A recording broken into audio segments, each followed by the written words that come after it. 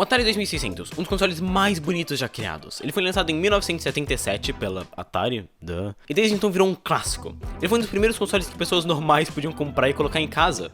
E aliás, a ideia de ter um videogame em casa era uma ideia bem radical na época. Então por causa disso, eles decidiram dar essa clássica aparência de madeira, que se encaixava muito bem com os equipamentos de áudio da época. Eu acho engraçado como não existia, tipo, nenhum padrão de conectores na época. Então nada faz sentido aqui. A entrada para energia é o mesmo conector de fones de ouvido.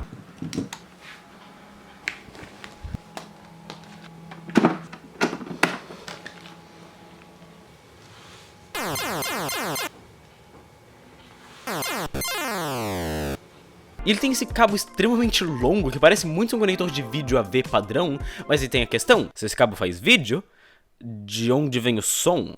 Esse cabo, na verdade, apareceu conectado na entrada de antena da TV. Só que você precisa de um adaptador muito estranho pra conectar ele. Ele vinha com, tipo, um desses na caixa e tinha que parafusar esses fiozinhos estranhos. E ele era, tipo, muito ruim, porque a imagem ficava horrível. Então eu só peguei um desses aqui no Mercado Livre por 10 conto e ele só é melhor. A entrada de controle também não era padrão, mas nesse caso, a Atari criou o padrão. Essa mesma entrada foi usada em vários computadores e consoles depois disso. Aliás, pode, em teoria, pegar um controle de Mega Drive e usar no Atari. Mas, já que ele não é feito pra isso, o botão de Select, na verdade, dá um curto-circuito e ele, tipo, ele frita o console. Eu não recomendo. O meu modelo específico é a versão de 4 botões com a frente de madeira, feito entre 1980 e 82. Tem um botão de ligar padrão, um pra selecionar entre TV preto e branco ou com cor, que eu acho muito engraçado o fato que tem isso. Um que serve como botão de Select, eu honestamente não sei o que ele faz até agora. E um pra reiniciar o jogo. Antes de 1980, costumava ter 6 botões, para mudar entre modo fácil e difícil nos jogos. Tinham 2 desses, que era um para cada jogador. No meu, esses botões foram movidos para trás com esses botõezinhos pequenos, um para cada jogador também. Então, você conecta ele na tomada, coloca o cabo na televisão, vai pra TV aberta, vai para o canal selecionado no Atari, tem um botão para escolher isso também. Coloca o cartucho e se você tiver sorte, ele liga na primeira vez. Eu não sei se isso é porque entrou poeira nos botões com o tempo e ele acaba fazendo mau contato. Tem bastante poeira, dá pra ver que tem bastante poeira, eu ainda não limpei ele. Ou tipo, se sempre foi assim, mas às vezes leva algumas tentativas pra ele ligar. Eu tenho aqui uma grande coleção de 4 jogos. 4 não é muito. Pac-Man, Q*bert, Asteroids e Smurfs. Eu só comprei Smurfs porque era um jogo que minha mãe jogou quando ela era criança. Então, tipo, seria legal jogar de novo, mas ele é bem ruim. E olhando pra esses cartuchos, acho que dá pra perceber que eles têm formatos diferentes. Esse, na verdade, era um dos maiores problemas do Atari. Qualquer pessoa podia lançar qualquer coisa pro Atari. Não tinha nenhuma limitação ou contrato com a empresa.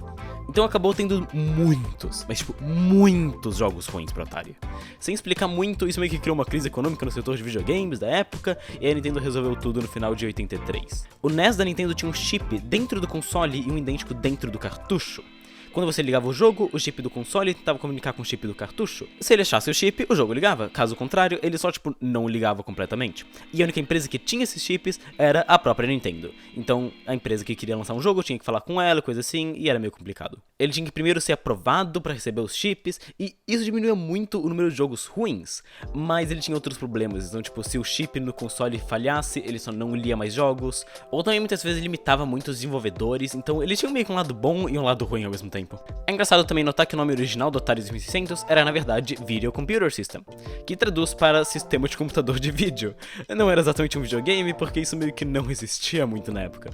Computadores na época eram bem primitivos. O Atari 2600 tinha uma incrível quantidade de 128 bytes de memória RAM.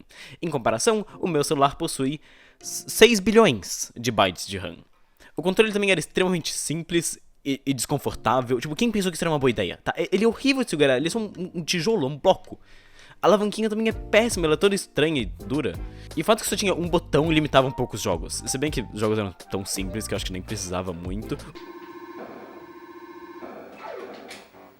Os consoles que vieram depois dele tiveram vários botões do controle, mas eles eram horríveis, tipo, uma aberração.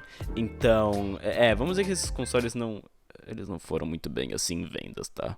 Tá, gameplay de Atari, bom. Por motivos que eu não entendo e eu acho que nunca vou entender, o meu Atari mostra apenas preto e branco quando conectado na TV de tubo, mas mostra com cor normalmente na TV moderna. Então eu não sei. Eu vou com a TV moderna colorida, porque fica melhor no vídeo, a TV de tubo no vídeo fica bem ruim, só que na vida real ela é bem melhor. Asteroides é simplesmente incrível. Você controla uma navezinha que tem que destruir asteroides. É bem simples. O botão atira, alavanca pros lados, gira a nave, alavanca pra frente, anda pra frente, só que já que tá no espaço, ele meio que só tipo continua indo e demora pra parar. E quando puxa pra baixo, bom, aí ele depende do modo selecionado. Ele pode se teletransportar pra um lugar aleatório, ele pode ativar um escudo, virar 180 graus ou simplesmente não fazer nada. Quando você destrói um asteroide, você ganha ponto, e quando o asteroide bate em você, você morre. Bem simples. Também tem um modo difícil. Esse modo meio que só faz essa outra nave aparecer de tempo em tempo, ela sai atirando pra todos os lados. Tem tipo 66 modos esse jogo. É tudo igual, mas tipo, com alguma coisinha diferente, e é extremamente complicado a configuração de modos. Tipo, olha isso, por que tem tanto? Aliás, eu nem sabia desses modos até pesquisar pro vídeo. Ou você tem um manual do jogo, ou você não sabe jogar direito. Não era muito explicativo na época.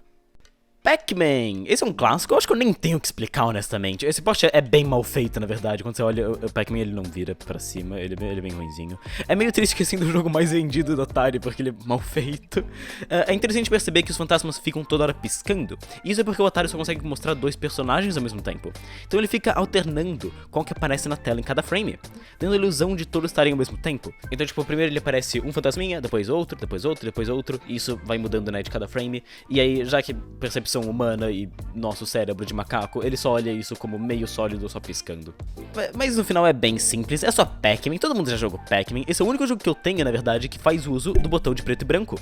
O botão simplesmente adiciona um filtro em alguns jogos pra deixar melhor em preto e branco, e meio que cabia ao jogo em si pra realmente fazer isso, não era algo físico do console, era só um botão. Q*bert, também conhecido como aquele bicho estranho que apareceu no Detona Ralph. Ah, não, pera. Ele também é conhecido como aquele bicho estranho que apareceu no filme Pixels, esse mesmo. O jogo é geralmente muito divertido, você tem que pular nos bloquinhos e ir mudando a cor dos negocinhos até preencher tudo, enquanto foge dos bichinhos do mal ali também. Você bate nele e você morre. Os controles são bem ruins, porque tipo, o jogo fica meio na diagonal e o controle não é na diagonal. Então tudo fica só meio confuso.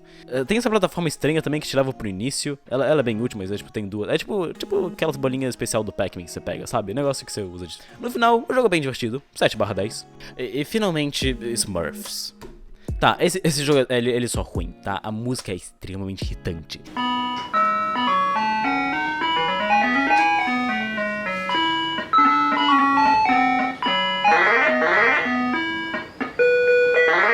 O jogo inteiro se repete depois de, tipo, 2 minutos. Os controles são ruins e tudo, quando eu digo tudo, te mata no jogo, tá? Você bate na parede, você tropeça, você só cai.